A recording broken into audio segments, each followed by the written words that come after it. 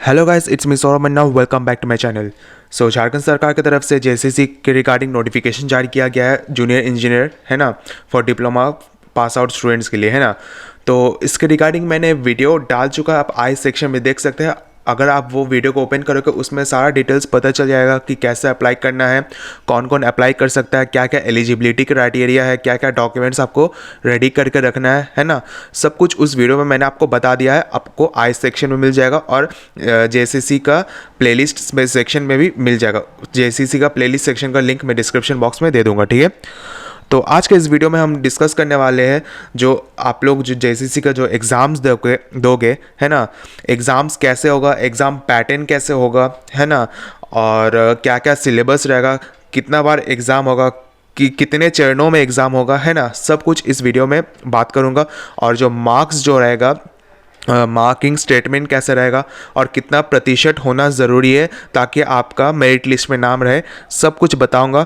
और लास्ट में एंड करूंगा क्या क्या बुक्स आपको लेना ज़रूरी है और कहां आपको मिल जाएगा ये सब बुक्स, ठीक है। तो चलिए शुरू करते हैं। देखिए, सबसे पहले मैं आपको बता दूं, ये जो एग्ज़ाम है ये सीबीटी मोड मतलब कंप्यूटर बेस्ड टेस्ट होगा, मतलब ऑनलाइन एग्ज़ाम्स कंडक्ट करवाया जाएगा, ठीक है। नॉर्मली ये एग्ज़ाम जो है वो कंप्यूटर टेस्ट मतलब ऑनलाइन एग्ज़ाम कंडक्ट करवाया जाएगा, ठीक है। और जो एग्ज़ाम का जो स्वरूप है एवं पाठ्यक्रम जो है वो आपका परीक्षा एक चरण में ली जाएगी, ठीक है। और परीक्षा जो है एक ही बार लिया जाएगा, ठीक है। और यहाँ पे लिखा हुआ परीक्षा में सभी प्रश्न वस्तुनिष्ठ एवं बहुविकल्पी उत्तर युक्त होंगे, ओके।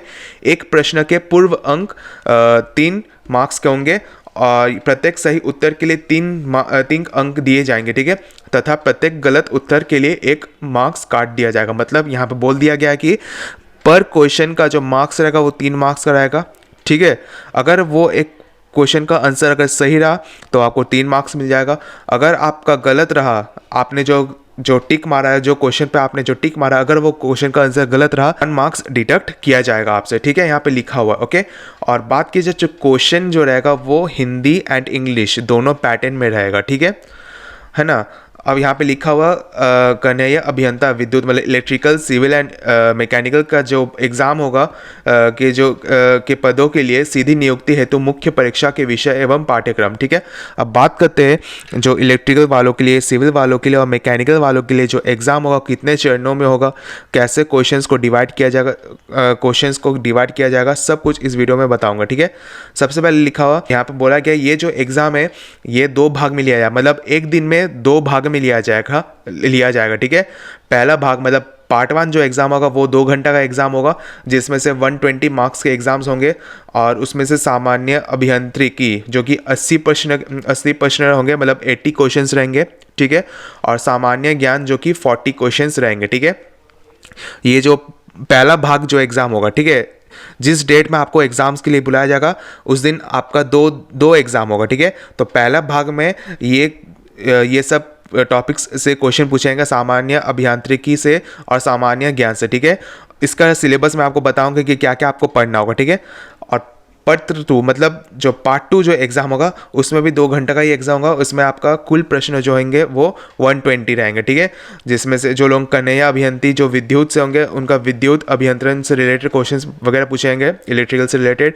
जो सिविल से होंगे उनका सिविल से रिलेटेड क्वेश्चंस वगैरह पूछे जाएंगे और जो मैकेनिकल से है उनका मैकेनिकल से क्वेश्चंस वगैरह पूछे जाएंगे, ठीक है।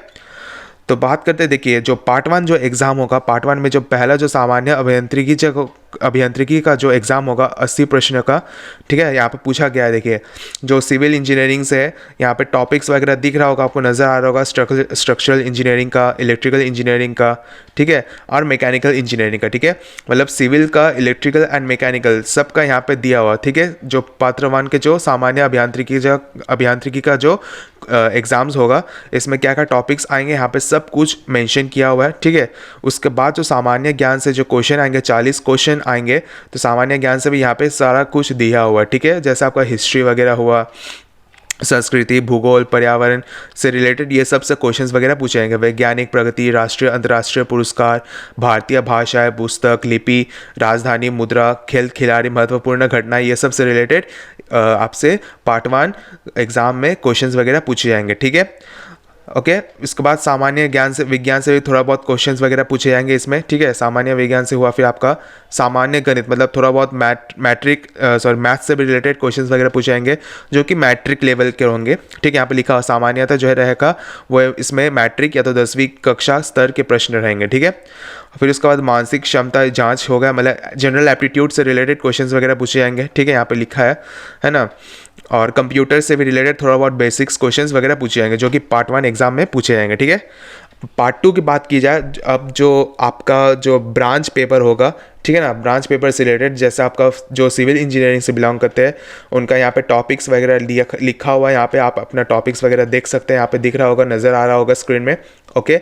सिविल इंजीनियरिंग का हो, यहाँ ये सॉइल मैकेनिक्स हुआ, हाइड्रोलिक्स हुआ, इरिगेशन इंजीनियरिंग, ट्रांसपोर्टेशन इंजीनियरिंग, ठीक है, concrete technology, RCC design, steel design, ये सब हुआ आपका सिविल का, ठीक है। अब नीचे आते हैं जो मैकेनिकल से जो एग्ज़ाम देंगे, है ना। मैकेनिकल पे यहाँ पे आपका टॉपिक्स वगैरह दिया हो, theory of machine, engineering mechanics and strength of material, first law of thermodynamics, second law of thermodynamics, यहाँ पे जो टॉपिक्स आपको एग्जाम के लिए तैयारी करना ही होगा, ठीक है, सब कुछ यहाँ पे दिया हुआ। IC engine, Rankine cycle, boiler, air compressor, है ना, ये सब से रिलेटेड क्वेश्चंस वगैरह पूछे जाएंगे। फ्लूइड मशीन्स एंड मशीनरिंग से पूछे जाएंगे, प्रोडक्शन से थोड़ा बहुत क्वेश्चंस वगैरह पूछे जाएंगे, ठीक है। जैसे casting, forging, TIG, MIG, lathe machine, milling, drilling, shaping, ठीक है ना, ये सब से रिलेटेड वगैरह क्वेश्चंस वगैरह पूछे जाएंगे, ओके। तो ये सब आपको तैयारी करना होगा, ओके। अब जो इलेक्ट्रिकल से बिलोंग करते हैं, इलेक्ट्रिकल का जो एग्ज़ाम देंगे, यहाँ पे आपका टॉपिक्स वगैरह दिख रहा होगा यहाँ पे, ठीक है। तो ये सब आपको नज़र आ रहा हो यहाँ पे टॉपिक्स वगैरह, ये सब आपको पढ़ना होगा, ठीक है। और एक चीज़ मैं बता दूँ, ये जो पीडीएफ है, ये पीडीएफ का लिंक मैं डिस्क्रिप्शन बॉक्स में दे दूंगा, आप इसको डाउनलोड करके देख सकते हैं अपना सिलेबस वगैरह अच्छा से, ठीक है ना। जब आप लोग का मेरिट लिस्ट निकाला जाएगा तो यहाँ पे क्या क्या पॉइंट बोला गया है, तो यहाँ पे ये भी थोड़ा बहुत समझ लीजिए। यहाँ पे बोला गया कि ये जो 2 भाग में जो एग्ज़ाम लिया जाएगा, ये जो 2 भाग में एग्ज़ाम लिया जाएगा, वो दोनों भाग का जो मार्क्स है वो दोनों को इक्वल करके एक मेरिट लिस्ट जारी किया जाएगा, जिसमें से आपका पता चल जाएगा कि आपका कितना मार्क्स आया है, ठीक है। सेकेंड पॉइंट में क्या बोला गया समझिए एकदम अच्छा से, ठीक है। ये बोला गया कि मान लीजिए 3 स्टूडेंट है, ठीक है, student A, student B and student C, ठीक है। अगर वो तीनों स्टूडेंट का मार्क्स अगर इक्वल रहा, तीनों स्टूडेंट का, स्टूडेंट ए का भी मार्क्स 50 रहा, स्टूडेंट बी का भी मार्क्स 50 रहा और स्टूडेंट सी का भी मार्क्स 50 रहा, ठीक है। तो उसमें सिलेक्शन कैसे किया जाएगा, तो उस वो तीनों स्टूडेंट का पहले डेट ऑफ बर्थ देखा जाएगा, किसका डेट ऑफ बर्थ ज़्यादा है या तो किसका एज ज़्यादा है, ठीक है। अगर किसी का भी एज ज़्यादा है तो उनको पहले रखा जाएगा, ठीक है।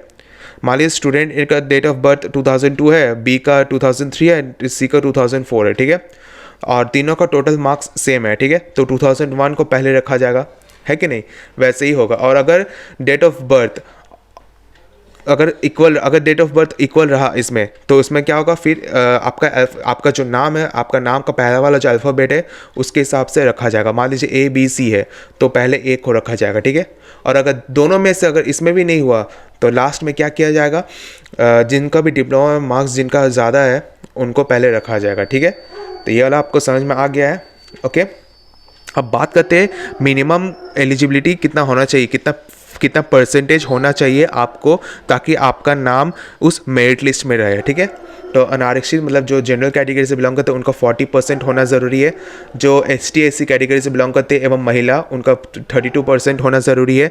अत्यंत पिछड़ा वर्ग मतलब OBC 1 एंड BC 2 वाले कितना होने चाहिए, BC 1 वालों के लिए 34 एंड BC 2 वालों के लिए 36.5 होना ज़रूरी है, ओके।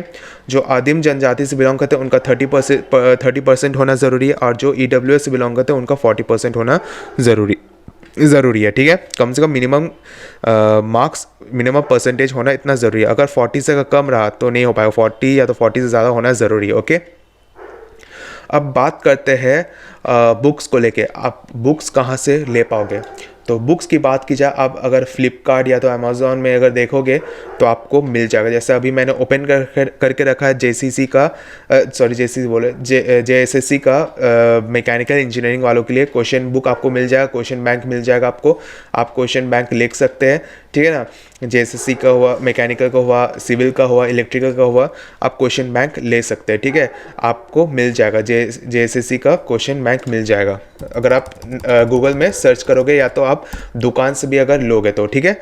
आपको जेसीसी का क्वेश्चन प्रिपरेशन क्वेश्चन बैंक आपको मिल जाएगा, जिसमें से आपको पता चल जाएगा कि कैसा किस टाइप का क्वेश्चंस वगैरह आता है, ठीक है ना।